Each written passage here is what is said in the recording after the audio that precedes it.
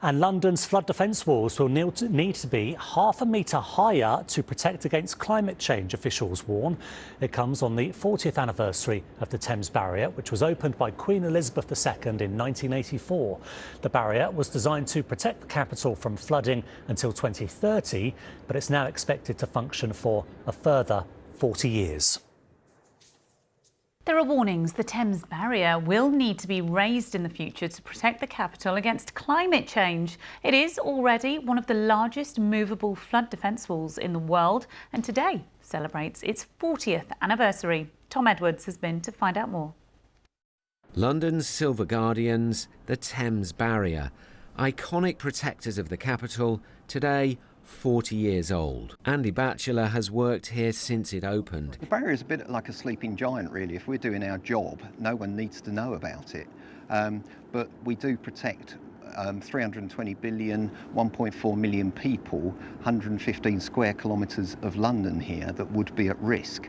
So literally what we're looking to do here is to stop the river, the tide, from going into central London. Opened by the late Queen Elizabeth in 1984, it was built after the Great Flood in 1952, where 300 people died.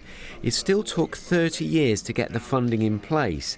Then it cost £500 million.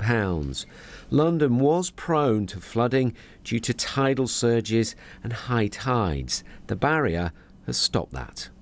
We're now in the service tunnels right below the Thames Barrier, and since it was opened 40 years ago, it's actually been used and closed 221 times. But due to much bigger storms and rising sea levels caused by climate change, it's now being closed much more frequently.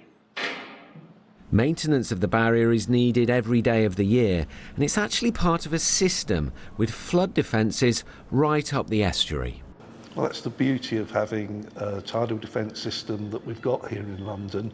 London can carry on with its normal day-to-day activities, safe from the threat of tidal flooding. With some adaptation, the barrier will protect London from floods until 2070. Thoughts are now already turning to the next generation of the capital's flood defences. Tom Edwards, BBC London.